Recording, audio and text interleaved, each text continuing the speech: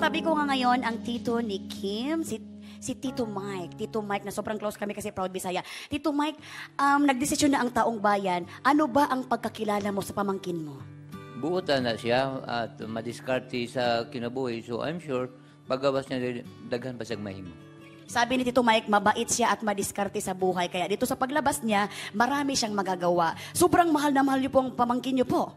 Oo, mahal namin yan and we're very proud of him.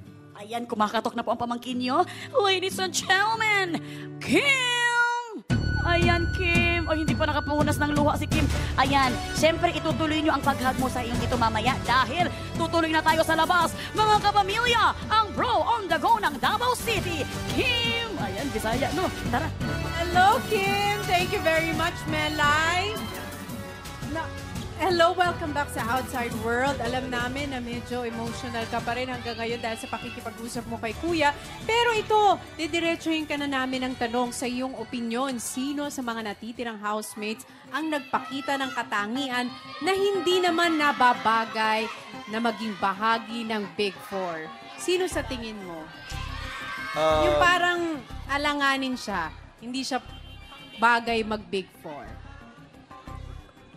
Sorry, mahirap po sa akin, pero I think I can consider si Luke. Magkaiba, no? Kanina. Oo. Bakit naman si Luke sa tingin mo? Hindi naman masyado mabigat yung rason po. But yung reason ko lang, hindi ko siya masyado yung mismong talagang nakilala si Luke. Yes. Okay.